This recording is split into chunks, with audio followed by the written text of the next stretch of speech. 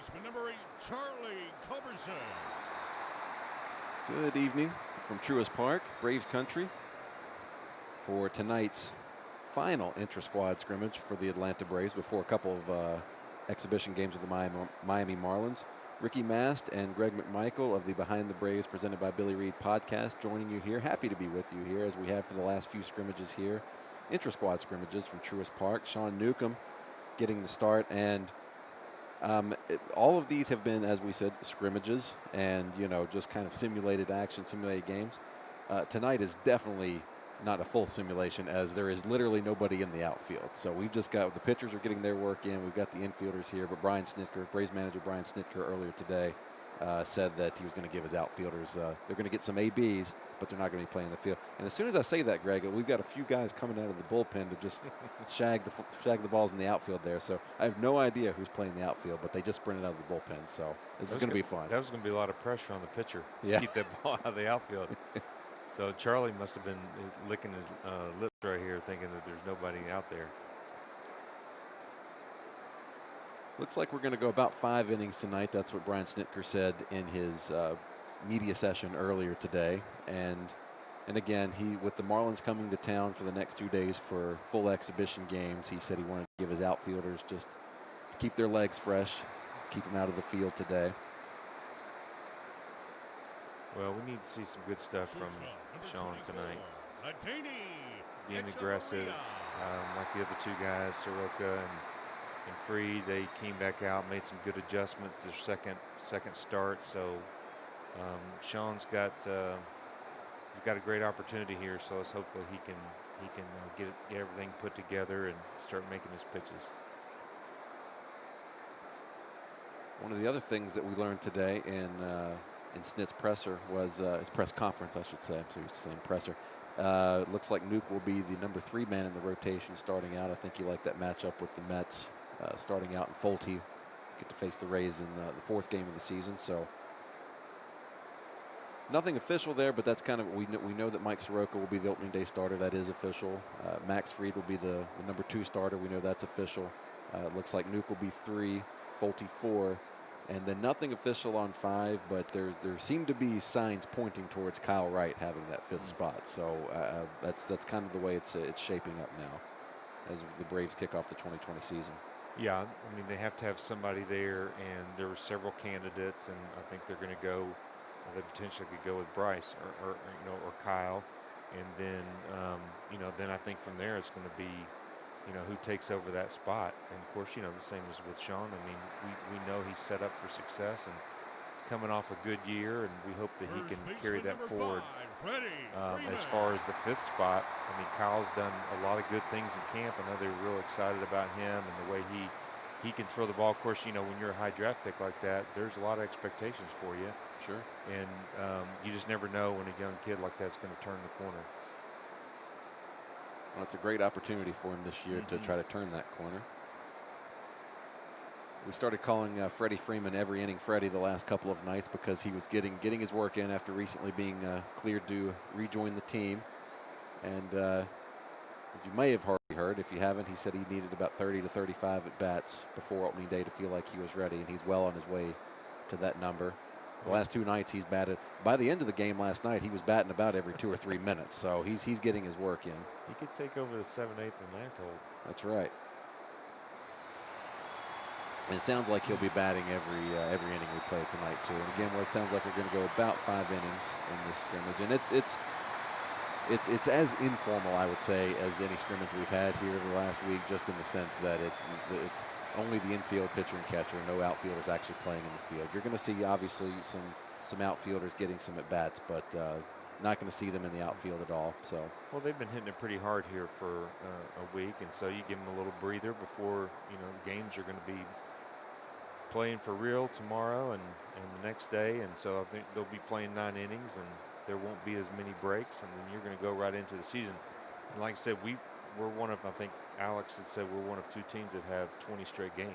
Right. I think it's us and the Mariners. Yeah, Snip made a good point about that today. We were talking about, or the press, and he were talking about a number of different things, and it was pointed out, yeah, it's only a 60-game season, but as Snit said, but we start out with 20 straight. I mean, that's a grind no matter how, right. no matter what the situation is. All right, so we're going to get to see Tucker Davidson again. I think this is our second time seeing him. And it is. He's one of the lefties that are trying to secure that spot in the bullpen, and he had some great numbers last year in Double-A. Yeah, sure did. AA. Yep. He was spent most of 2019 with Mississippi, and also spent some time there with Gwinnett at the end.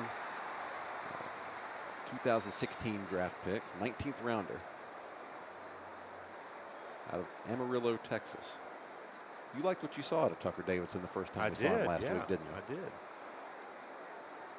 And I think you've said this, we've talked about this, that there's a lot of opportunity for these young guys. You just don't know what's going to happen in a season. But if you're in the mix and you're up here getting seen by these big league coaches, and then you're down in Gwinnett in the 60-player pool, and you're just waiting for an opportunity. But everybody's not up here throwing. So with him being able to throw here, and then something happens, somebody doesn't do their job, or somebody gets hurt, or whatever happens, hey, he's just a phone call away right there, and now he gets an opportunity to pitch in the big league. So I don't think you could ask for anything better than that. Well, he's not going to have a much better tryout as far as showing off his stuff and showing off what he can do than against Ronald Acuna Jr. to lead off, that's for sure. Very popular National League MVP pick this year from a lot of prognosticators, and not just the biased ones that are Braves fans like myself. Well, I don't know how you can't pick him. He's not shown us anything to make us believe that he's not going to be doing the same thing he was doing last year. His game is solid, and he looks good. So I would agree with him. I don't know why you wouldn't pick him. He's got my vote, that's for sure. Tell you one thing that was great to hear from Snit today. He was talking a lot about how proud he was of his guys and his team for that. His expectations for them during the break was that they would stay ready and stay in shape, and the pitchers would be finding ways to get their work in, that sort of thing. But he said that they still managed to exceed his expectations for how good a shape they stayed in and how ready they stayed during the break. And you could tell he's brimming with confidence, I would say. He's very, very proud of what the team has done, and then how they showed up to summer camp, looking ready to go. Particularly the starting rotation. That was a point of discussion today.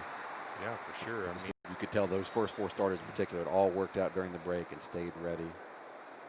Yeah, and I think everybody is seeing exactly what he's talking about. I mean, if you've watched these games, the scrimmages, and the pitchers have come out, for the most part, pretty sharp, sharper than I thought they would be. Sure. And the guys are swinging the bat. They're moving well around the bases, and outside of a between second and third slide by Ronald, I mean, and the little rundown we had. Ronald scared me a little bit last night. He tripped round in second, and I thought, oh my gosh, please be okay, please be okay. One of those things, and he immediately popped up and got in a rundown and looked to be having some fun out there. And yeah, as I said, the yakety sax, the Benny Hill music was playing in my head during that rundown last night. But all's well that ends well. Good pitch right there, Tucker. Ozzie always flies out to an unnamed right fielder. Presumably, I'm guessing we've got a mixture of bullpen coaches maybe out there. We know it's not Brian Snicker, Walt Weiss, or Rick Crandis because they're behind home plate. It might be Marty Reed out there. Marty Reed's probably out there. Well, whoever our center fielder is, he's giving some props to the right fielder.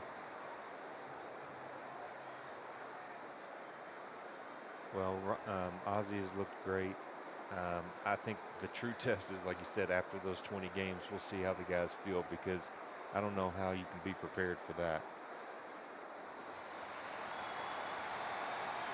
A good pitch. That's way to get ahead. New Braves catcher Travis d'Arnaud at the plate. So Freddie, in addition to getting presumably an at-bat every inning, he sounds like he's going to be playing defensively Snit didn't say all 5, but my guess is he'll be out there for all 5, or probably 4 at least.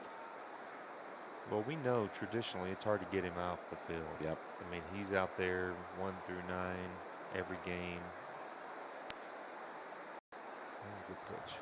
They talked about how they wanted to give him more days off. Remember last year the talk about Markakis and Freddie giving them some days off even if they didn't want it, right? Right. See how that goes. We shall see.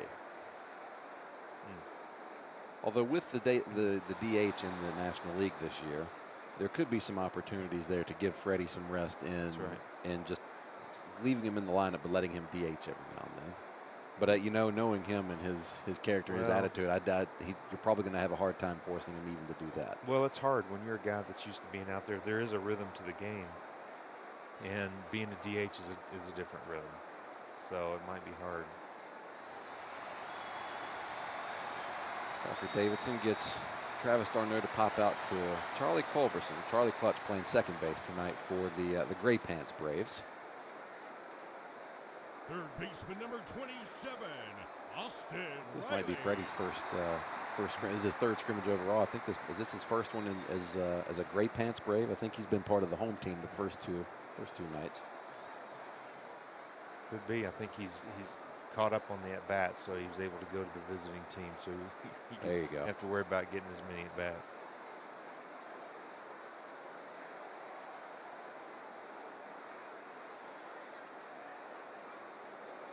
Braves made a little bit of news shortly before tonight's scrimmage started. Announced that they've signed Matt Adams, infielder Matt Adams, to a minor league contract.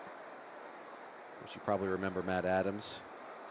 He was acquired in 2017, actually, after Freddie's wrist was broken, and Matt Adams came over from St. Louis and did a great job filling in. So great, in fact, that when Freddie came back, he decided to just become a third baseman just to be able to keep Matt Adams in the lineup. I forgot about that. Yeah, That was an interesting time. it was.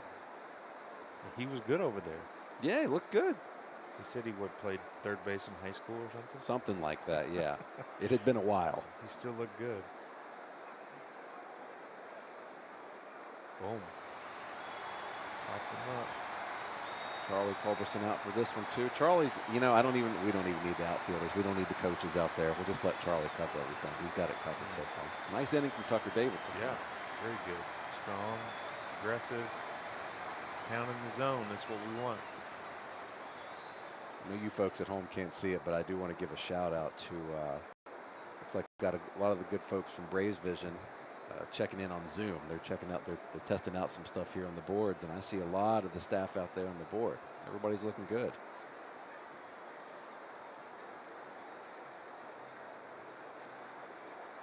Big City, Matt Adams, back in the Braves uniform. He had a great year here for us. Yeah, glad to have him back. We need that big left-handed bat off the bench, right? That's right.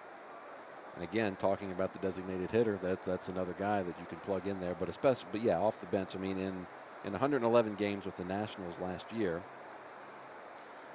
20 bombs, and that's what. I mean, I'm not going to go delve into all the stats on him just because that's what he's there for. Left-handed power off the bench, can DH some. We know he fits in well with the clubhouse, the Braves culture that we have here. Well, and we talked about this with the pitchers. There's something to be said for knowing what you're getting. You know what Matt can do. He's been here. They obviously like him. You don't keep bringing guys back that you don't like. And then you also know what you're going to get out of him. So he has a unique role that Alex is looking at, Snit's looking at for him to plug into this team to make this team better. And that's what Alex has done great. Has been great about is that these guys know. I mean, they know this team up and down, sideways.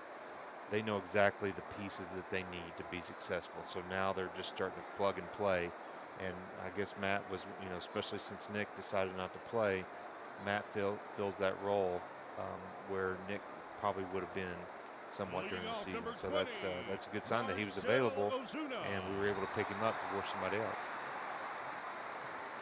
I think probably if there's one big theme that we've talked about since we've temporarily come over from our podcast, our Behind the Braves podcast, to hop on the mic for these scrimmages, we've talked a lot about the word depth. And as Marcell Ozuna steps in to face Sean Newcomb in his second inning of work, Yonder Alonso on deck, and you know, you bring in Matt Adams, and there again, you've increased your depth at that spot, that power lefty off the bench. You know, it's so important that Nuke can, you know, the last inning he had a couple of those breaking balls that he got over early in the count, especially off of Freddie and some of these guys. You can tell that he's working on that. And that is such a critical pitch for him because it's just something nice and easy you're trying to get over for a strike, so you don't have to rely on throwing a fastball first pitch every time.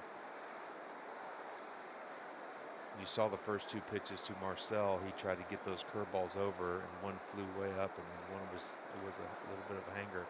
So now he's back to 3-1, and that's where the struggles are going to be. You really have to get in a rhythm where you can pound that zone, especially with the breaking ball early.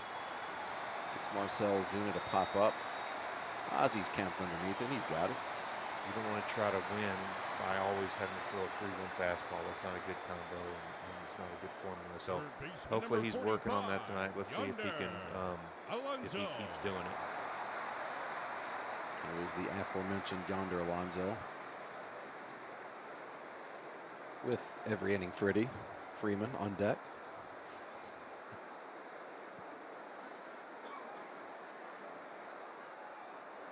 Look at those smiling faces up there.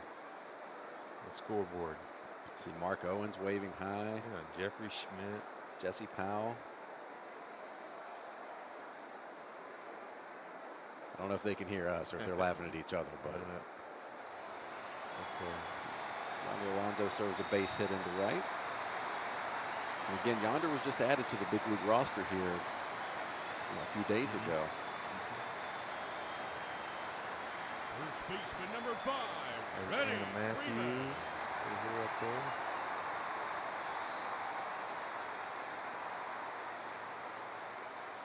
So he tried to get that pitch over right there. That was a little bit of a hanging breaking ball, and served that one into right field.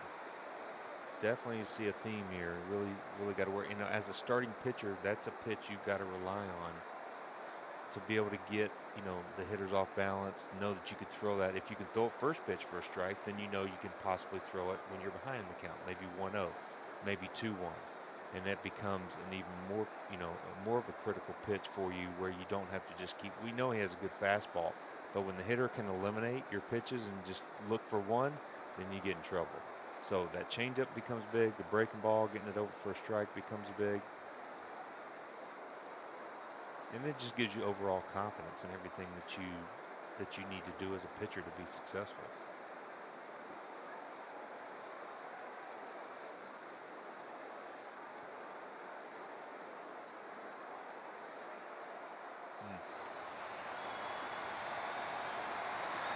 Freddie splits the gap in left center and stroll in with a stand-up double. Again, this is, if you're just now joining us, none of the Braves roster of players are out in the outfield tonight. We just got some of, looks like some of the coaches are out there, more or less. It's just fantasy camp. It's a little bit of fantasy camp tonight. Again, tonight is all about just getting you guys some more bats, mainly Freddie, and then of course, most importantly, getting the pitchers the work, getting their work in. You know, but Freddie looks ready to me. Yeah. I think we can head to New York. He's ready to go. There you go. Well, if they keep throwing, you know, fastballs like that down the middle for him, we'll be in good shape. All right, come on, Nuke. Facing catcher William Contreras.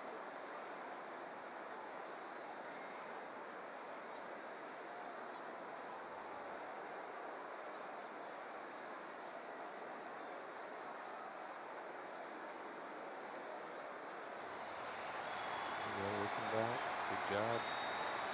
Little PFP there. Good fielding practice. That's right. At its best.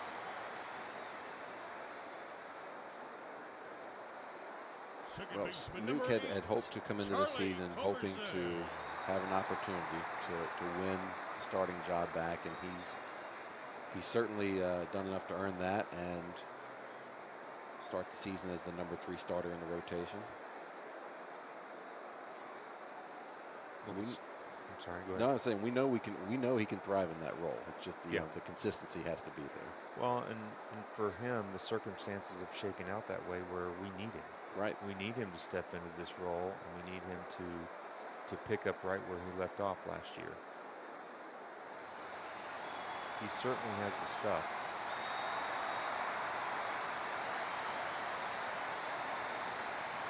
At some point, this game becomes all mental. You know, and you should be here. You know you've had success, but can you do it day in and day out, start in and start out, every at bat? That's just a mental game. That's the mental grind.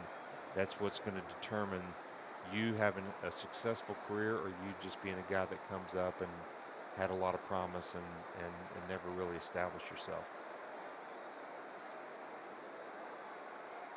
Ricky Mast and Greg McMichael from Behind the Braves, presented by Billy Reed, joining you here for tonight's final intra-squad scrimmage. 2 more exhibition games coming up at the Miami Marlins here at Truist Park the next couple of nights. Nice play from Austin Riley there. Nice pitch from Newt to get a Danny Echeverria. And the crowd loves it. The crowd loves it. Listen to him out there.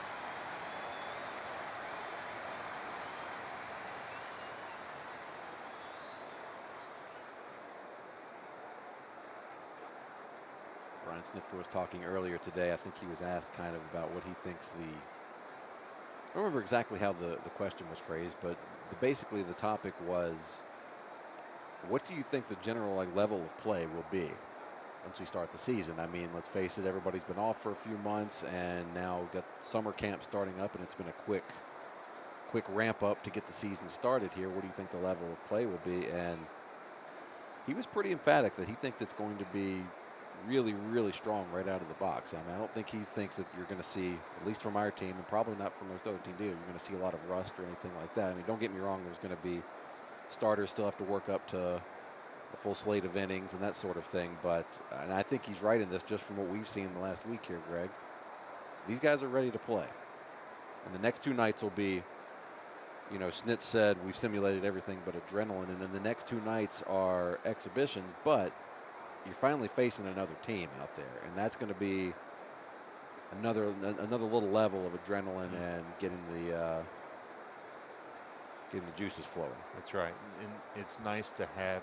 I mean, it's fun being around the guys, but sometimes pitching to your own guys is totally different than pitching to another team, and so I'm sure that'll be great. It'll be just another step forward for them to all get mentally prepared for the season. So it's great that we're able to fit in a couple exhibition games before the season started. I think that was clutch. So this will be a chance where that adrenaline will kick up a little bit more, and then when the bell rings in New York, then that's when they'll really feel like they're back in the season. And I agree. I don't think there's going to be a ton of rust. I think the biggest thing will be, there again, how sharp the pitchers are overall. And then, how well the hitters are prepared to hit some of the breaking stuff.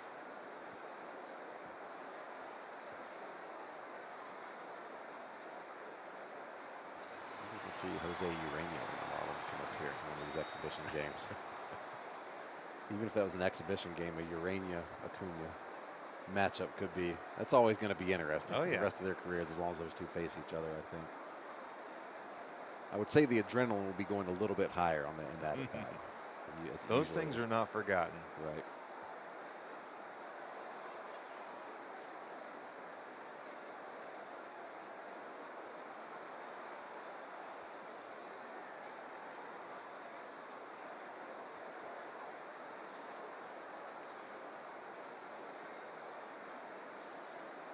I will say that there's some things that rust does not cover up. That's right. That's right. That's right. Adam Duvall, listed as first baseman tonight. As we saw a few nights ago, he can pick it over there at first. Primarily an outfielder, but definitely shows he can play some infield as well.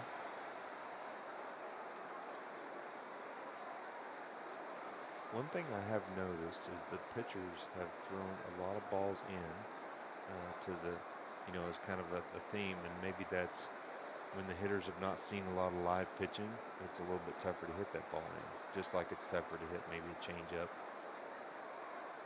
So you've seen the pitchers kind of stay in on their hands a little bit. They haven't handled it as well. Got to foul that pitch off until you get something that you like. Just like you did.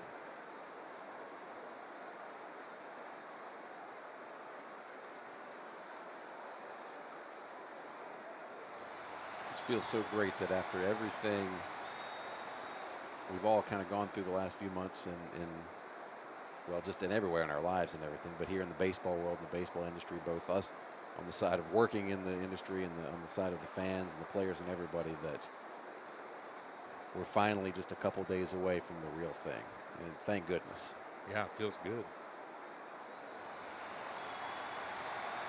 And Duvall looks pretty good out there. Nice little base hit up the middle.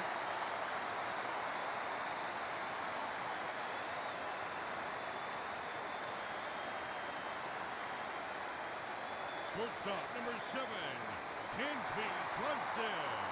Braves open up the 2020 season this Friday against the Mets. And we'll head down to Tampa Bay.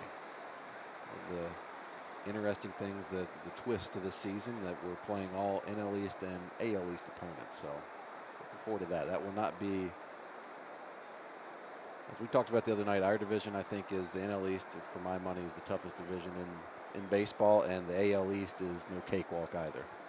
I think we got the better end of that stick, where we get to see National League East and American League East. We get to see a lot of good baseball over the next 60 plus 20-something games after that. So we're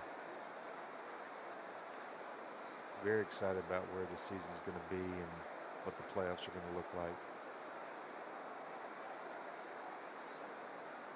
In a normal 162-game season, obviously every game counts, but man, in a 60-game season, it's just the importance of every single game. I mean,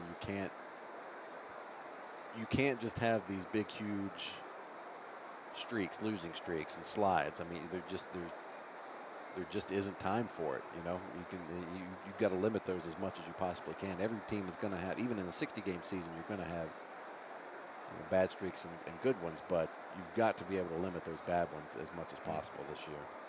Yeah, I agree, and I'll be interesting to see how Snit handles it if one of these young guys get into a little bit of a rut early on, and how quick they're going to be to try out some other people, right? Or go get some other people. You never know. We surely don't want that to happen, because we think we got the talent here that's on the ball team to be able to be successful. But you just wonder in the short season, what's going to be, as we call it, how quick the hook's going to be on pitchers as well as position players.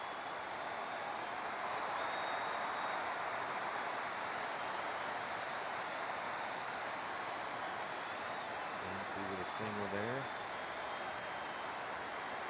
Number 13, Ronald Tucker Davidson on the mound.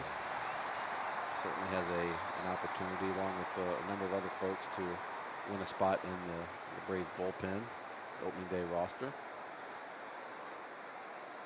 of course, this is his second inning of work, Greg. He's coming up around 30 pitches.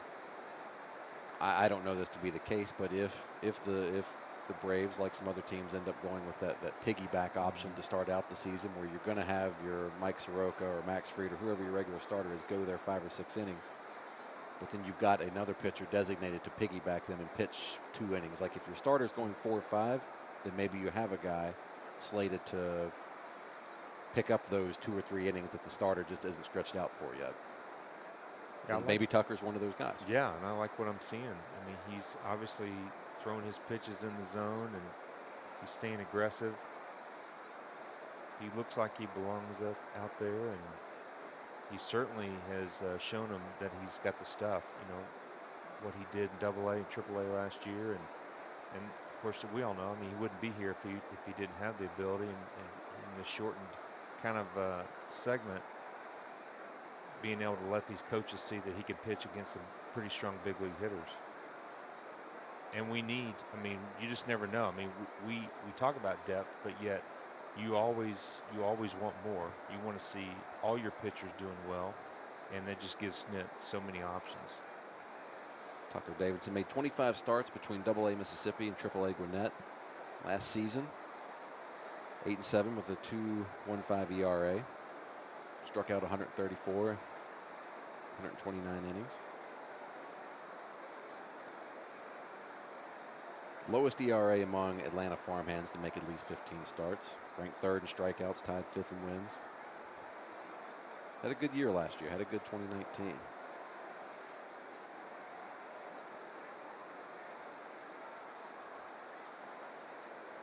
All-star down at the Southern League, Mississippi.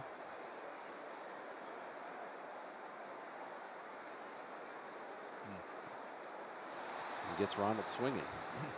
My 2020 National League MVP pick, Ronald Acuna, gets him swinging. Looked like that was either a changeup or a backup slider. Either way, it was very effective. It's a very tough thing for a young pitcher to throw some of those things, those touch and feel pitches, 3-2, 3-1, 2-0, 2-1. But man, there's such weapons when you can do it. That just tells me a lot about his maturity and some of the things that they've seen in him as a pitcher, and why they're considering him, having him on the squad, is that he can do some things like that. And it always helps being left-handed, and big, strong kid, has a really good arm. Yeah, our pal Kevin McAlpin from 680 The Fan, we had him on for a few innings a couple of nights ago. His young son, Max McAlpin. Max is about, let's see, might have turned 5 this year, 4 or 5, something like that. Loves baseball, loves the Braves, wants to play baseball all the time. And Kevin says that Max is, in fact, a natural lefty. I just wonder if he made him sure that he made him a lefty, because he's like, you know, if you're going to be a baseball player, I'm going to make you a lefty. Yeah, that's where they tie your right arm behind your back. He's a natural lefty. You slap him every time. Slap him on the hand every time he uses his right arm. Take his food away from him. That's right. when he starts eating with his right hand. Young Max, he's the best. He's nice swing from the left-hand side too. I've seen Kevin post a lot of videos on his Instagram and Twitter. At Kevin McAlpin, you can see some of those for young Max McAlpin. Good-looking swing from the left side.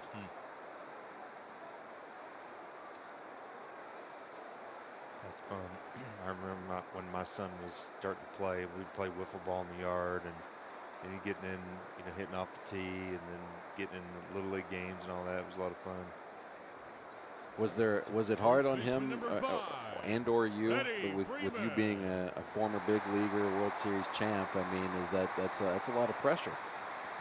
Yeah, I think he didn't end up playing in high school, but I think the times that he did play, I don't think he was thinking about that. But later on, when he was really considering playing, I think it became an issue, and I just said, hey, you got to do you, and you can't worry about who I am and what I did. It's just we got to find out what you're passionate about, and that was really the big thing that we focused on, is finding, with all my kids, just what are you passionate about, and let's try to develop that, and not try to be somebody that we're not. And I certainly didn't try to do that, and I wasn't going to force my kids into doing anything that they didn't enjoy. Oh, Freddie's up again. Yeah, yep. If it's been 5 minutes, so by law of these Braves Intrasquad scrimmages, Freddie has to get his at bat.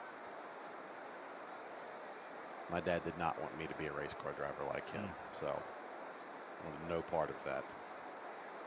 I said it's a tough life. Told him I wanted to be an impromptu Major League Baseball scrimmage broadcaster, and here I am. How do you take that? Seems okay. So far, he seems okay with it, I don't know.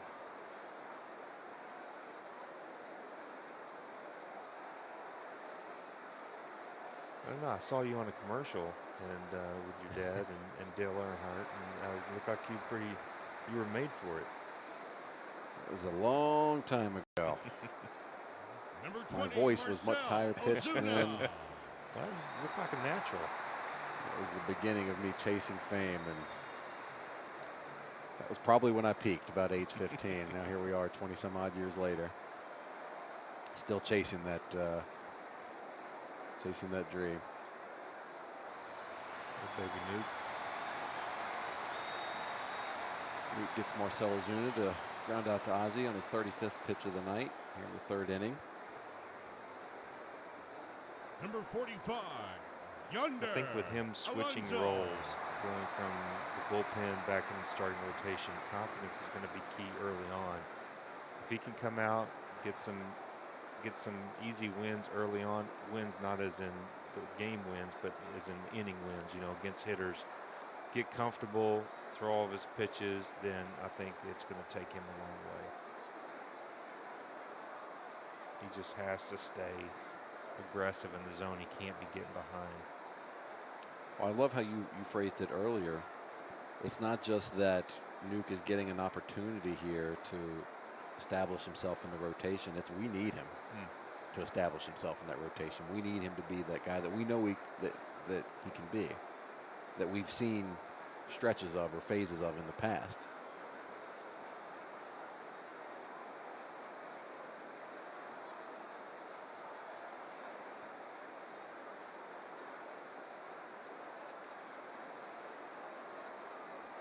Starting pitching always at a premium and always such, I mean, I think, look, to win titles, win championships, to hang flags up out here in the outfield at Truist Park, I mean, it takes a complete team, a complete roster, but it's kind of like in you know, in football, you'd say defense wins championships, that kind of thing, and obviously it's the whole team, but I think in baseball, to me, it always starts with that rotation. If you've got a front line, a top tier starting rotation, then Number 60, that's your best chances of chasing a title, in my opinion. He doesn't quite look comfortable.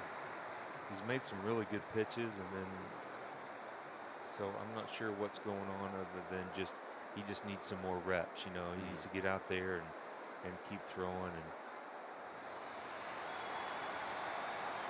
of course, you know, that's the game of baseball. So a lot of times, especially younger players, still trying to figure it out and know how to pitch in a full season, know how to pitch a full game, and then doing it every day, getting into that routine. And, you know, pitching's so much about routine. It's so much about rhythm. It's timing. And that can get away from you at any time. But sometimes the hardest part is finding it. And then once you find it, you think, oh, I got it. And then it's keeping it. Right. And so it can kind of be a little elusive. Of course, you also got a guy out there that's trying to take your head off of the ball. You know, and so that plays into it sometimes. And then these guys are just good.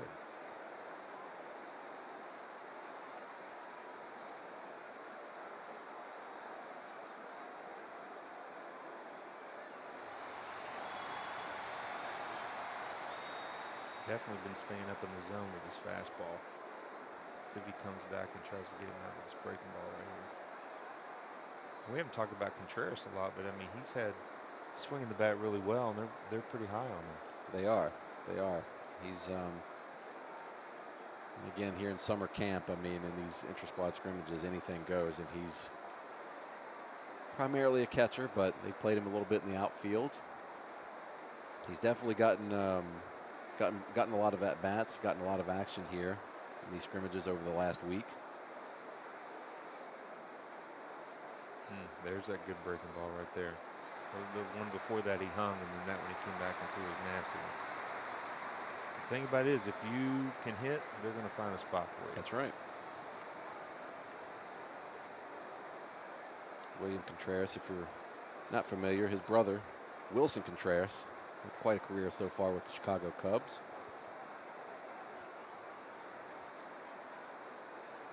So you're saying he has good genes? I think that's a baseball family, Greg. Yeah. I am indeed. Wilson Contreras, two-time All-Star, World Series champ, of course, Chicago Cubs. If not mistaken, I think he hit a home run in his first at bat in the big leagues, I believe. I believe that was the case. Andrew Jones. Did Andrew hit it? Jason Hayward. Did Andrew Jones hit a home run in his first game? Maybe it was his first playoff game. I don't know. World Series game, I remember that. He was the youngest ever to do it in the World Series. Youngest ever to hit two in the '96 World Series. Hayward's first at bat was a home run, right? Yeah. Jordan Schaefer, 2009, first at bat was a home run. Our buddy Frenchie, it was his first game, but I believe it was his fourth at bat. That's right. Third or fourth. Right. Yeah, I was debating in my head whether if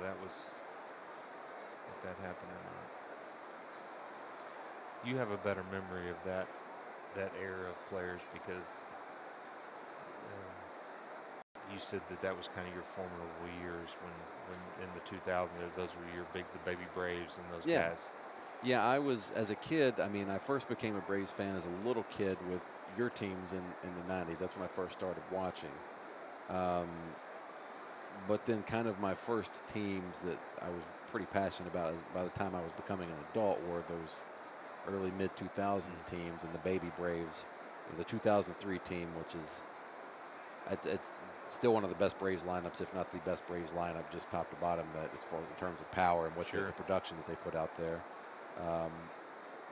But that 2005 team in particular, yeah, that one as a Braves fan, that one's always going to be near and dear to my heart. The baby Braves, I think something like 18 rookies made their debuts that year. Of course, it was headlined by Jeff Francoeur and Brian McCann that summer. And Matt came up first, and then Jeff followed in July, I believe. And boy, what a rookie campaign he had too. Of course, then we all remember the Natural, the cover of Sports Illustrated. But that night that he made his debut and that first home run, that was one of those moments of my baseball fandom that will always be one of my favorite. I mean, you could feel. I was watching on TV. Our buddy Chip Carey, former guest of Behind the Braves, presented by Billy Reed, as Jeff Francoeur. Jeff's been with us a couple times now. Yeah. One of Chip's best calls that night on Frenchie's first home run. Welcome to the show. No, wait, I'm sorry. That was Hayward. That was it. That is Chip's best call. Yeah. So welcome to the show. Yeah. Yeah, I do remember that.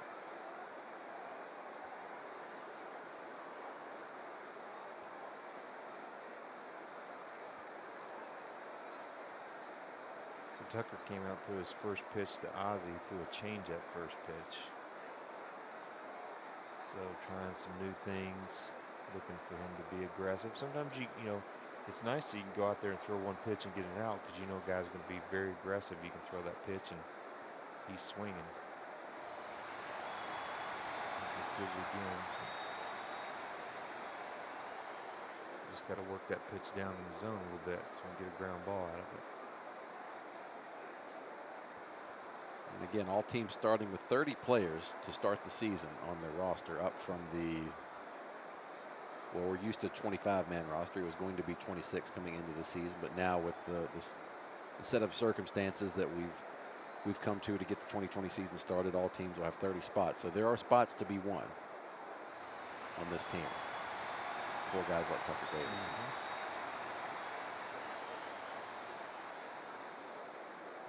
And for a guy like Matt Adams, who just signed today to a minor league contract. Sure we'll see him here at the ballpark pretty soon. Probably not tonight. Literally just announced the move about an hour and a half ago. So I don't expect we'll see Big City tonight, but sure we'll see him quite soon.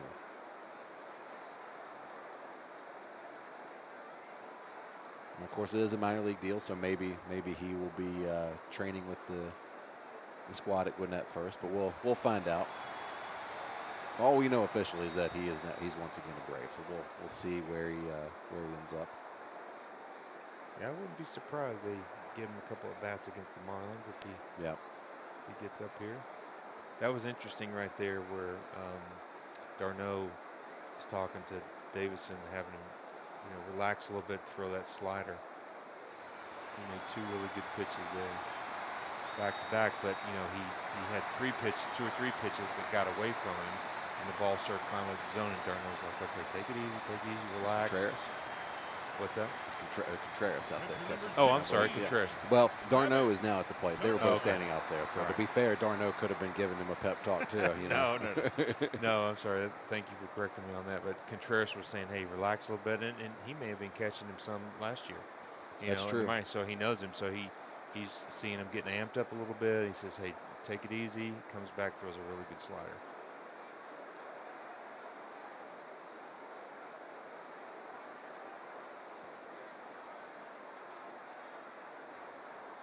Really love what we've seen out of Travis Darno here in summer camp and back in spring training when we were still in Northport. But I think he's going to be a great addition to this team. He and Flo are going to work very well together as the catching tandem. Reminds me when Suzuki was here with Tyler, and they had a great combination going for a while. And of course, Darno's going back to start back with against his old teammate, right? The old teammates. That's right. With the Mets.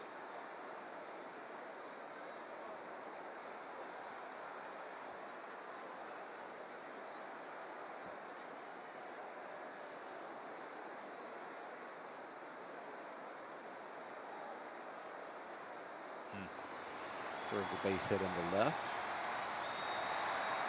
Crowd goes wild. They're loving it.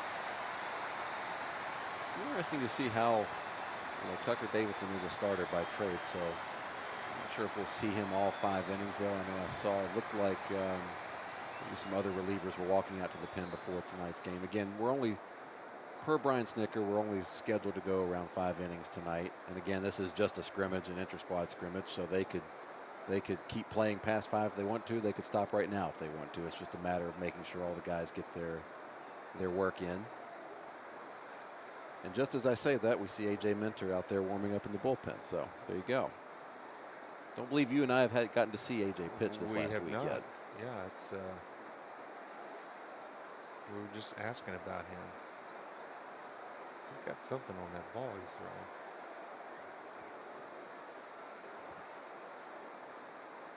Sure does. Looks like a little training tool or something where you can see the dot on the ball he's throwing. Yeah, AJ, he splashed on the scene and had some good innings for us, and then just for whatever reason struggled, but when you look at his stuff and being a lefty, as hard as he throws, he's got a good slider. But there again, I think he's one of those young guys that when things get tough, he tries to throw harder.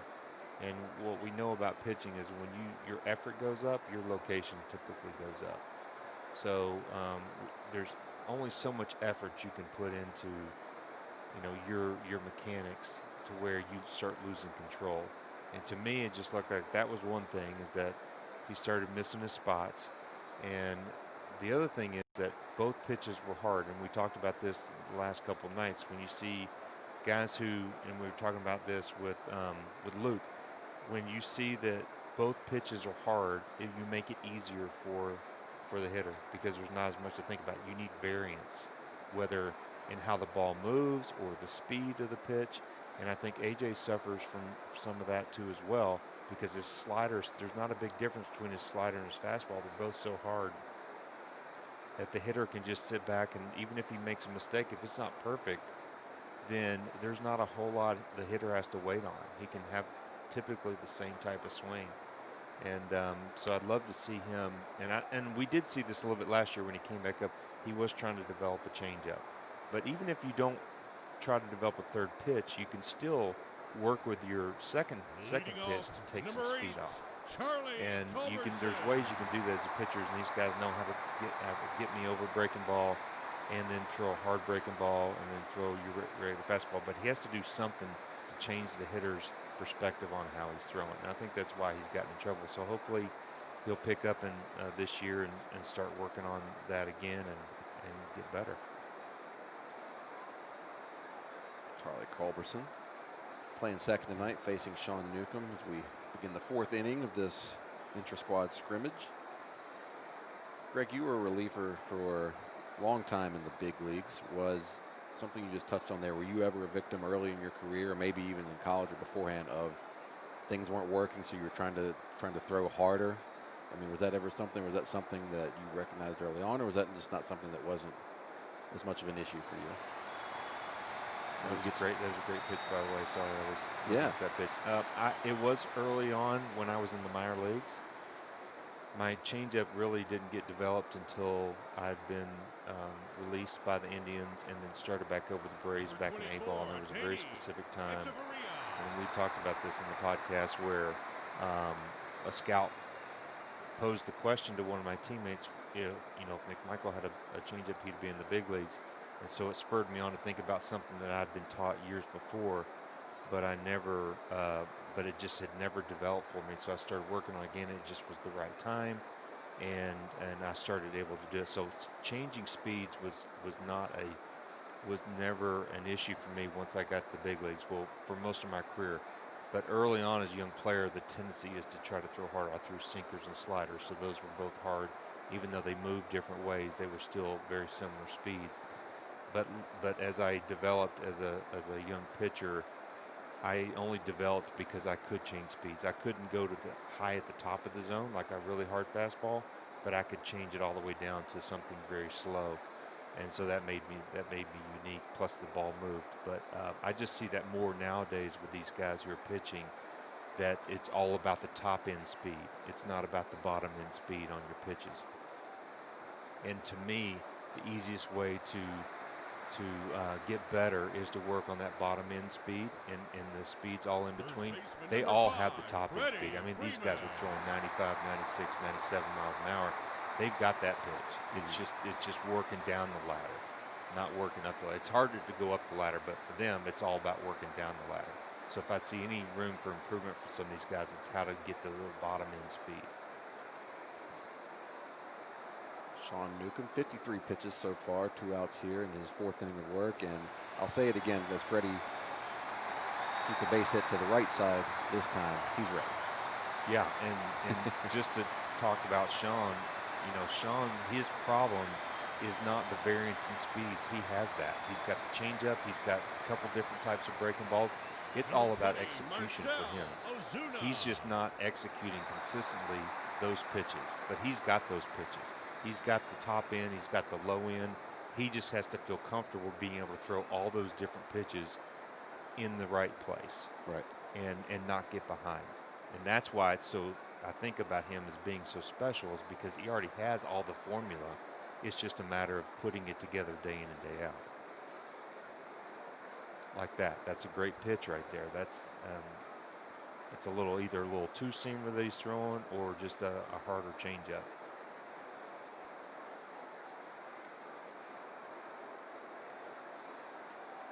So it was a changeup because he just threw the same one there. And that's a great job of execution. And that's what he has to do to be successful.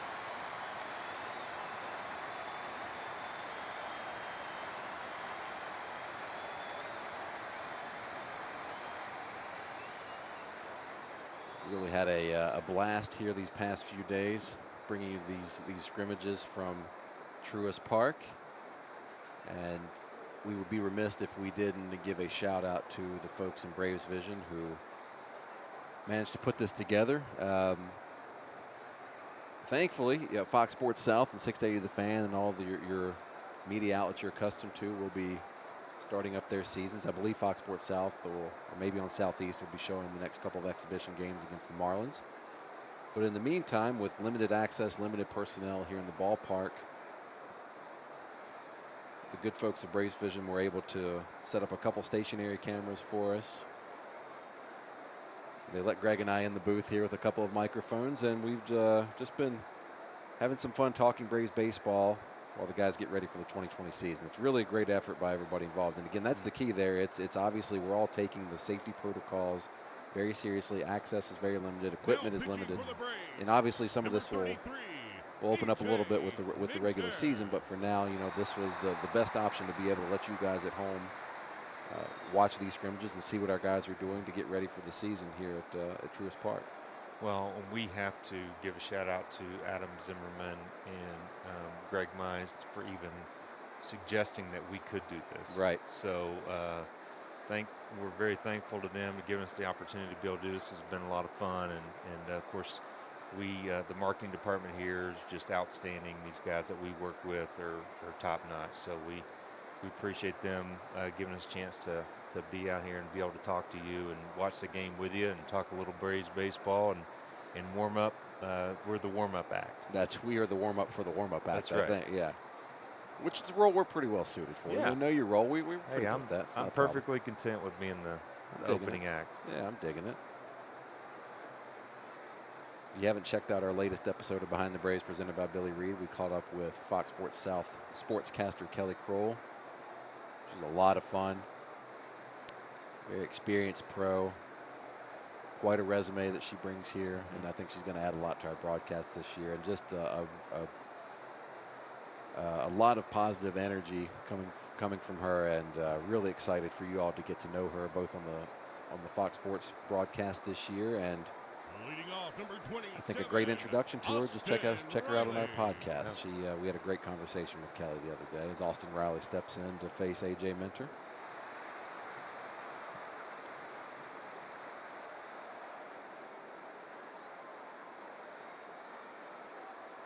And I got to give Chip, Frenchie, Glav, Jim, Ben, Joe a lot of credit. I knew this broadcasting stuff would be tough. It's not easy. It's fun. It's a lot of fun.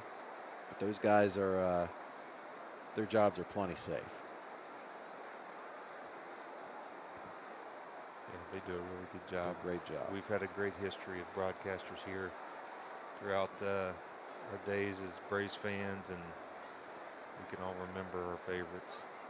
Yeah, if you ever, once the ballpark is opened up again and folks are allowed to come back in and the ballpark tours start up again, if you've never taken a tour of Truist Park, it'll take you through the press box.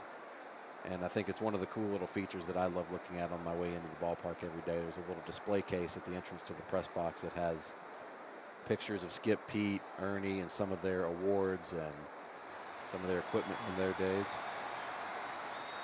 Well, some really nice, some nice paintings out in the hallway of all those three guys. They're still here with us in spirit, watching over the press box, and it's one of those things, especially growing up with those guys on the mic. I love seeing that every day. And that never gets. I've been here.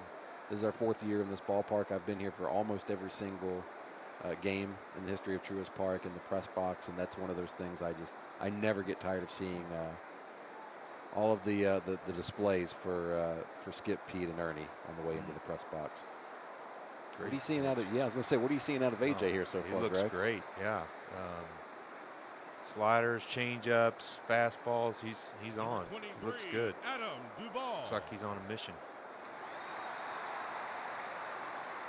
He gave Austin one chance, and he pulled the foul. Got in on him a little bit, and then after that. Man on a mission. I like that. Well, you know what? AJ was somebody who, when he came up a couple years ago, he was a guy that presumed to be the closer in waiting for the Braves. And to this point, he just hasn't been able to establish himself or have that consistency that you need to either be a closer or just a key, a reliable, consistent piece in a bullpen. The stuff is there. And that's a guy when we're talking about who's going to make this club. There's so many people there that have a chance here, but do we need him to step up and win a role in that bullpen to be successful? Not necessarily, but boy, if he did, how big of a boost would that be with the kind of stuff that he has? Yeah, I think he's one of those guys that's proved that just because you throw 97, 98, it doesn't mean that you're going to be successful. These hitters now, they're all conditioned to be able to hit that. You have to have something to go along with it. So hopefully he's been learning some things, because I'm seeing some things out of him that I've not seen before, like that pitch right there. That's like a little changeup low and away. That's a great pitch for him. But there again, he's got to pitch ahead so the guys will swing at that.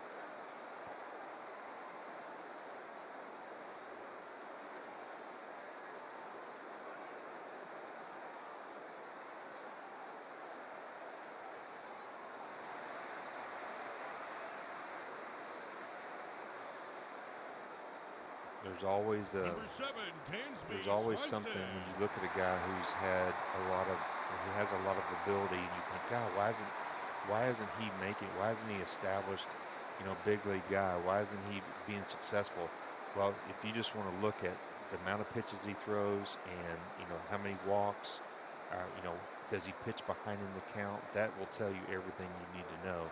And if you totally flip the script on him and everything was 0-2, 1-2.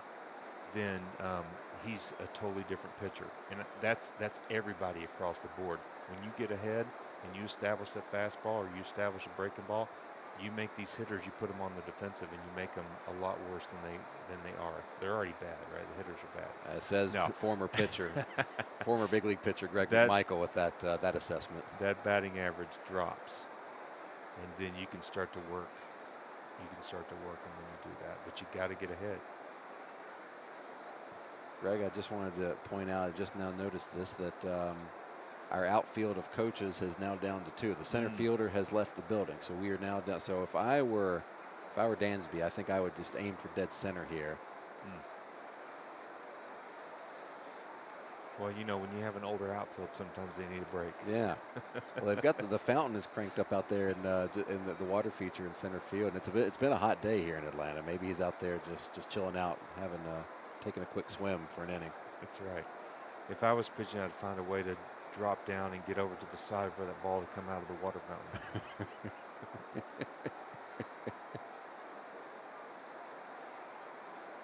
I'm surprised that umpire said because they make them turn that off during the season. They won't let them have it on. Pretty much from what I've seen, Greg, everything beyond the infield tonight is just for show. The only simulated game that's happening is happening completely within the confines of the infield. Coaches are manning the outfield, and yeah. The backdoor slider right there. Well, that is the game within the game, the pitcher and the hitter.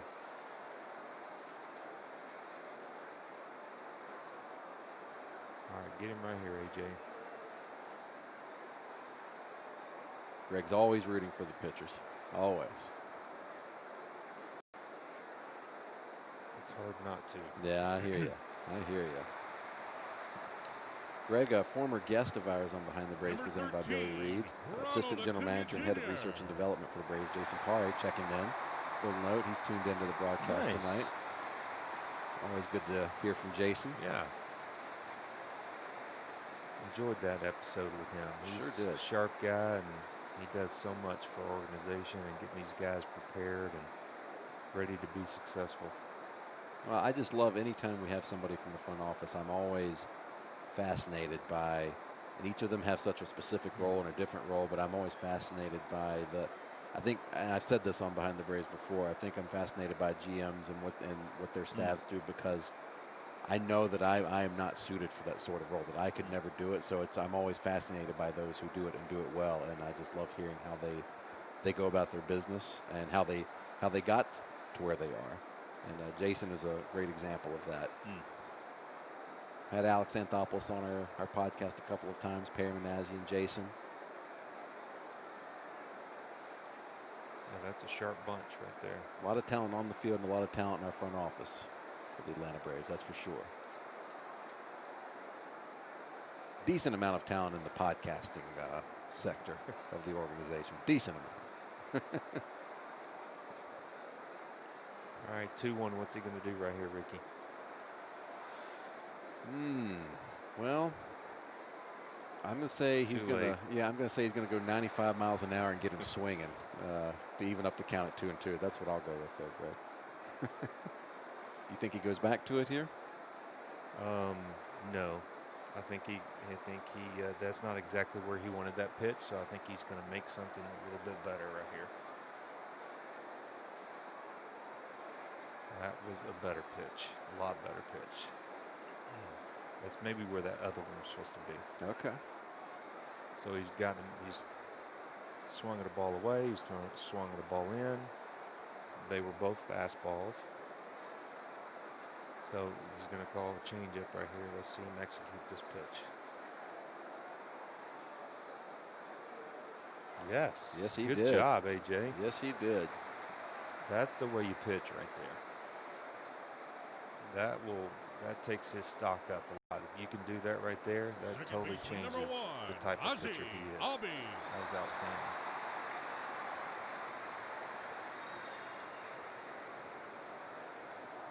Not that I'm just gung-ho on changeups, but, you know, anytime you see he took the velocity up to the top of the zone and then he brought it all the way down. And so that's just really difficult. And then he was in and out. That just makes, even for Ronald, that's just a hard thing to do. Big piece of hit by Ozzie. Right down the third base line, and I believe that's going to be, looks like that's going to be all for, well, maybe not. Maybe not. I'm not sure. AJ might have gotten his work in. 22 pitches. No, looks like he wants to stay out there. He's fighting for another Yeah, batter. he wants to stay out there. I don't Come think on, Rick. he doesn't want to end on that base hit from Ozzie. I don't want to roll up. That's right. And this will be the last we see, I believe, of this style of scrimmage, where we're just kind of, guys can stay out as long as they need be. I think the next couple of nights with the Marlins in town will be. Oh, they'll play it straight up. They'll be pretty straight up. I did hear from somewhere, and forgive me for not remembering where, that possibly Freddie might get some extra at bats in those games as well. That the Marlins had okayed that, but that's one of those things that I saw while scrolling through Twitter, and I have no idea if it was true or not. Granted, everything on the internet's true, right? Riley. Everything. Yeah, if it's on the internet, it must be true. I would say that when you're playing in your division, they're not always as hospitable as you would think. So, just because they may have loosely agreed to it, they may change their mind just because it's the Marlins. Right. I mean, I wouldn't be that helpful to let the other team's star, get better. Right. And they might not. Again, that's just one of those things that I saw some speculation floating around on the internets, and take that for what it's worth. Maybe Donnie Baseball just kind of floated out there. I'll think about it. Yeah, there you go. Was he? Let's see. When you came into the league, Donnie Baseball was still playing. Yeah, right? yeah. I actually, one of the first at bats when I pitched against the Yankees when I was trying to make the team in '93, I faced him, Wade Boggs, and Bernie Williams. And so I remember him stepping in the box. I'm like, "There's no way that's Don Mattingly I got to pitch to." Fortunately, he bounced it off the plate right back to me, and I threw him out at first base. His first time ever facing. But yeah, it's pretty amazing watching him. Well, I have to know now. How'd you do against Boggs and Bernie? I struck out Wade Boggs. Okay. And Bernie, I think, just grounded the third. But I think that's when I got a little notice when I got to face those guys, and it was fun. I mean, I think just the part of being kind of surreal that you're facing, Don Mattingly, and back in the day, it meant a lot back in the day because he was Donnie Baseball. Sure. He was the man in the Bronx for a long time. Yeah. I look at him kind of, how we view Dale Murphy in Braves country in the 80s. I think Donnie Baseball was that for the Yankees in the 80s. Not very many good teams that he played on, and not, not the World Series teams that they had in the 70s or in the 90s, but he was Yankees baseball for a long time. Didn't he have that one streak of 7 games in a row, 7 home runs in 7 games? He had like a streak for them going for some point in time. He might have. I'm not sure. We don't focus too much on those. No. I know some bits and pieces here and there, but I stick with knowledge of the baby Braves and the Braves team since and before. Expect this should be the last inning of work for Sean Newcomb, and possibly the last inning of this scrimmage. Again, Snit said we're probably going to go around 5 innings tonight, but that is subject to change. I do see somebody out there warming up in the Braves home bullpen. I'm not sure if that might be Tukey. Can't quite tell from here, but we'll find out soon enough. Hey, there we go. Nope, it's not Tukey. Boy, I remember watching Sean in Cooperstown when Chipper was being inducted into the Hall of Fame. And we, after the induction ceremony, we ran back to the bus so that we could watch the end of that no-hitter bid that he had in the game that he Number pitched. 45, Man, that was phenomenal. That was. Alonso. What a game that was. Jacio De La Cruz, number 69, warming up out in the bullpen. Now, that's a great name. Great baseball name. Jacio De La Cruz rolls right off the tongue. I haven't gotten to see him pitch yet in person, Greg. I'm excited to see him hopefully throw in the bottom of the 5th out here at Truist Park.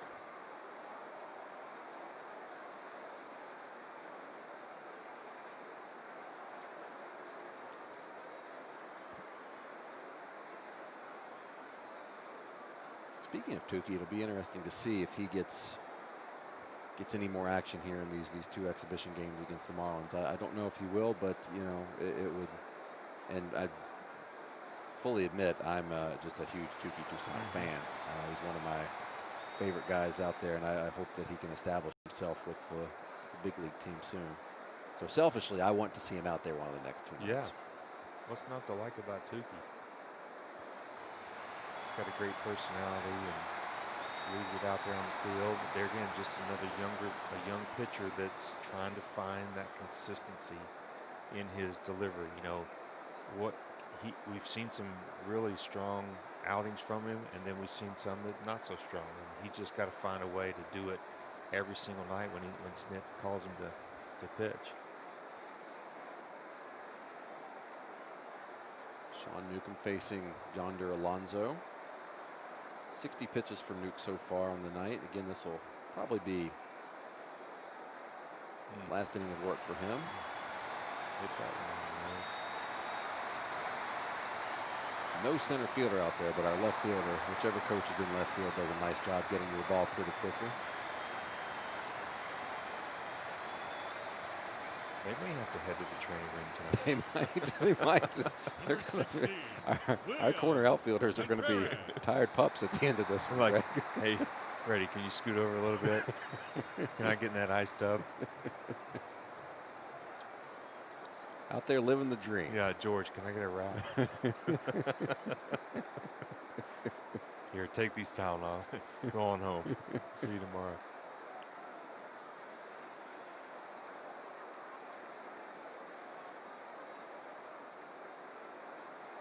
Greg, Freddie Freeman is indeed on deck, so I believe he is going to get all five innings, Nice. 5 at-bats tonight.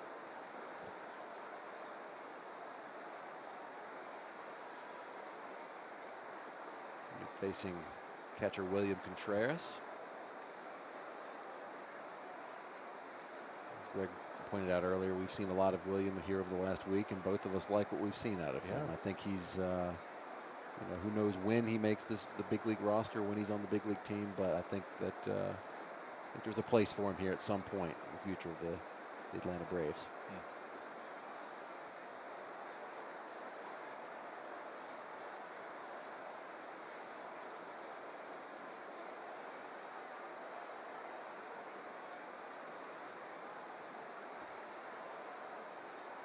By the way, we were joking when I got to the ballpark earlier. You know, if you've been with us pretty much every night for one of these scrimmages, I live here in the Battery, and somehow or another, it seemed like every night when I would walk out of my apartment, come over to the ballpark, suddenly the skies would open and it would rain. So much so that I even had to change my socks. Oh, man. That ball just about made it back to us. William Contreras almost granted us our wish of getting a foul ball up here in the booth, but the sun was shining. It was beautiful, very warm, hot day here in Atlanta. I walked over to the ballpark and we jokingly said something about, hey, you know, the rain, it'll probably pop up when we're walking from the office. Oh. Got him. And then what happened? Sorry. And then it rained on the way over here. Of course, you and I had to walk in the rain from the office over to the broadcast booth. First baseman number 5, Freddie Freeman. I just can't help but think when I see, you know, Sean when he's throwing, just is not in sync. That's why you see leaving balls high, and it seems like his lower half is quicker than his upper half, and he just not quite found that rhythm yet during this game that he's pitched. I mean, he's shown some, you know, signs. He'll throw one really good breaking ball, and then he'll throw one that he hangs, one that's not in the zone, and it just seemed like he just had not been able to find that, get that whole body in sync. And sometimes, you know, as a pitcher, you start, okay, I don't want to overthrow, so I need to slow this part down, and then one part's going faster than the other, and then you got to sync it up. You got to find a way for everything working together.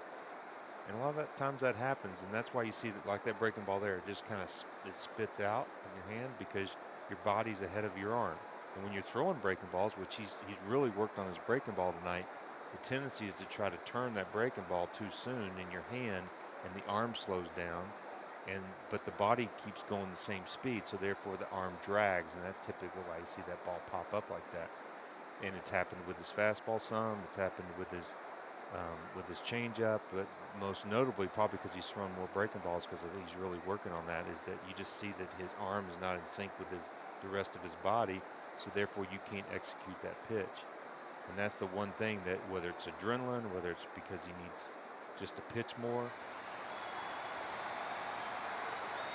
That ball good. Yeah, Freddie Freeman with a homer to left. So Freddie is a triple short of the cycle in this scrimmage, Greg. So he might need to bat again the bottom of the inning, go for the scrimmage cycle. Again, I've said it not every Freddie at bat, because that would be a lot, but almost every bat. And I said Freddie is ready. We can send him to New York. We're ready to go. Well, the thing about Freddie too, I don't care if they're left-handed or right-handed, he's going to hit.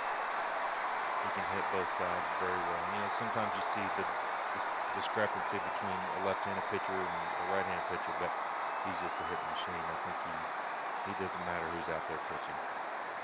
Number 8, Charlie Culberson. We talked about Ronald Acuna being a National League MVP candidate.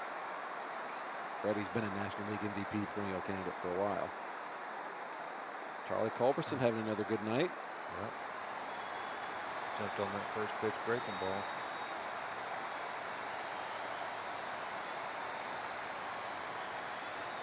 Number 24, Danny Echeverria. Good to see Freddie make that familiar trot around the bases here at Truist Park.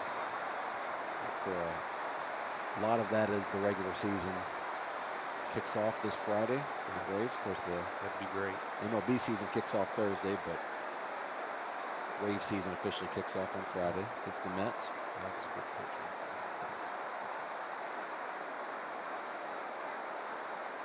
How hard is that, to rebound that quickly as a pitcher, as a former big leaguer, when somebody, Freddie just took Nick Beat there. I mean, how hard is that mentally? You have to instantly refocus and get back to work. How tough is that, especially starting out a young guy like Sean? I mean, that's how tough of a mental battle is that? I think we all as pitchers, you have to learn that, and you really learn it in the bullpen, because you may have one night where you go out there and everything gets hit, and then you got to come back the next night and pitch again. So you have to have short-term memory loss. We talk about that a lot. Is that when you're pitching, something happens, you got to put it off to the side and go right back at the hitter, because your other option is just to give up, and nobody's going to give up. So you really have to put those thoughts aside. If you need to step off, take a little bit extra time and do that. But that's really part of the art of pitching, is that you have to have that short-term memory loss, and you have to treat each pitch independently of themselves. Not necessarily from a planning standpoint, but from an execution standpoint. If not, then it all gets jumbled together, and then that's when things start to snowball on you.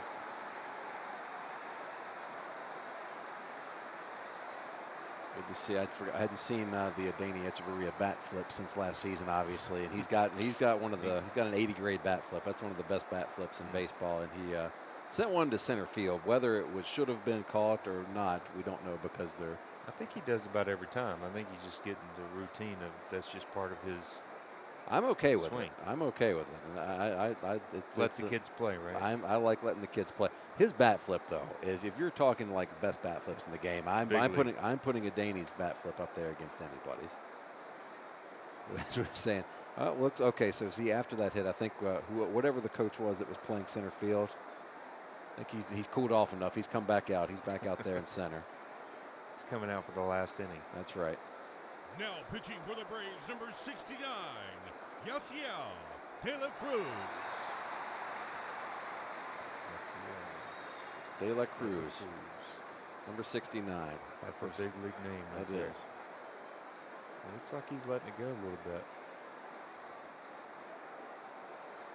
There again, we're not short on talent.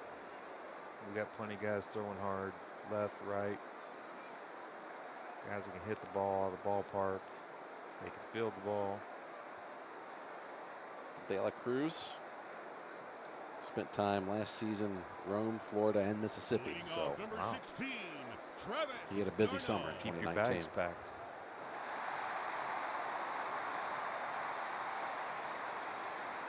Signed as a non-drafted free agent, June of 2015.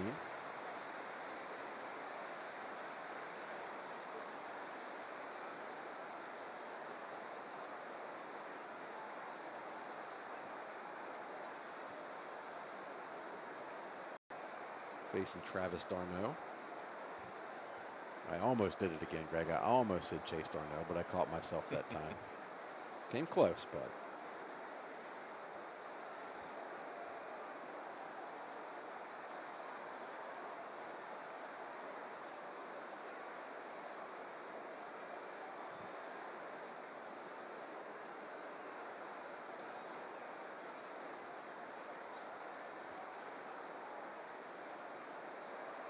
And if you missed it, Braves announced just before tonight's scrimmage, they've signed infielder Matt Adams to a minor league contract.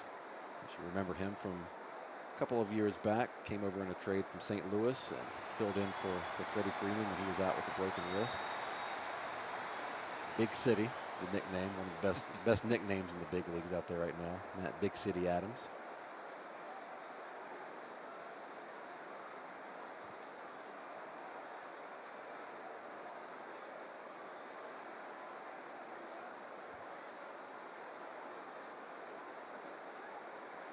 Brian Snitker was also asked earlier today about Austin Riley or Johan Camargo at third base, and he made a decision on that. And he says as of now he's still kind of planning on using both. Of course, Camargo still left the scrimmage a couple nights ago, walking a little gingerly, and Snit doesn't seem too overly concerned about it, but it's just a matter of getting treatment today and seeing how he feels tomorrow. See how he does the next couple of days. Hopefully we'll see Johan back in there. I'd love to see Johan in one of the exhibition games the next couple of nights, but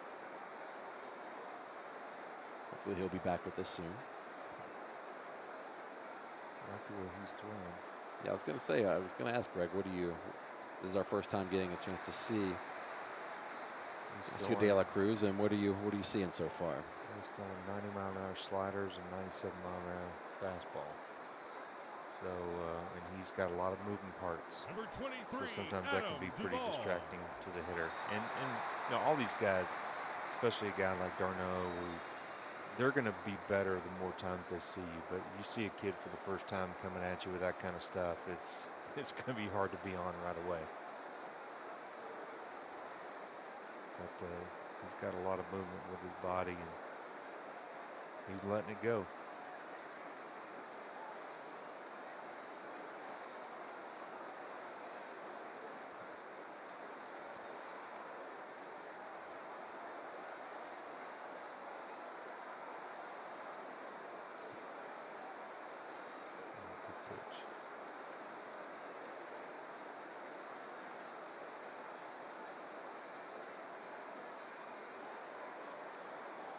Sean Newcomb tonight in his presumed final tune-up before regular season begins.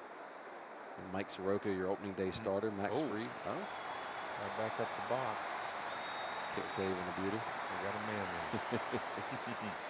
It's a beautiful thing. You think it's in the hole for a hit, and turn around, the guy's standing right Number there. 7, Love to see it. Swanson. Sean Newcomb will be starting against the Mets on Sunday, I believe. Mike Foltynewicz facing the Tampa Bay Rays, and then we'll see about the Game 5 starter, but a lot of the signs are pointing towards Kyle Wright maybe getting the chance to be the 5th starter in the Braves rotation.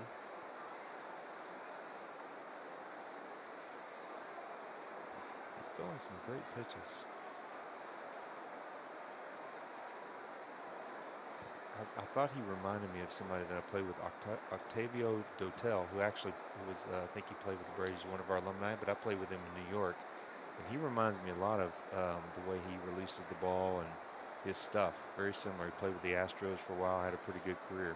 Octavio Dotel, if I'm not mistaken, he played for like almost half the teams in baseball. He was double jointed, and he really, the way he's throwing the ball with his shoulder and just his delivery reminds me a lot of him.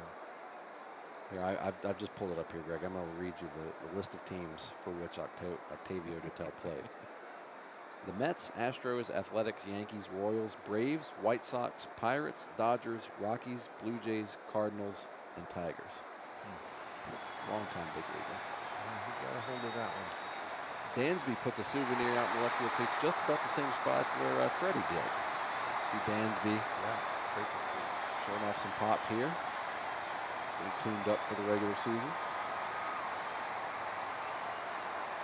Care how hard it is, those boys can hit. They can hit those fastballs. That was 98, right down the chute.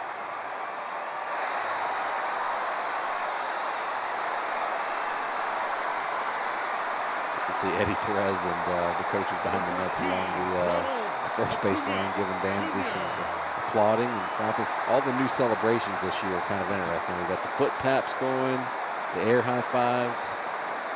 It's kind of fun to see. Yeah, we'll see what else develops, right? The third base foot tap home run celebration with Wash as the guys come around. That's been fun to see.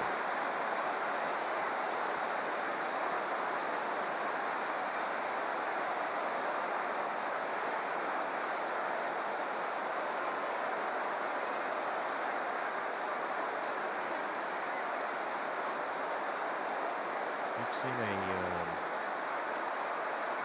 kind of a muted Ronald Acuna. He hasn't had a whole lot of, hasn't been real animated. I think he's waiting for the bell to ring. Well, I know he said he was singing and doing some stuff when they first started, but he was. When I first came out for workouts about a week ago, pretty much the entire time I was here, wherever he was at the plate, he's in the outfield, he's in the dugout, you heard him. And you heard him from up here, up in the press box level. He was singing. oh,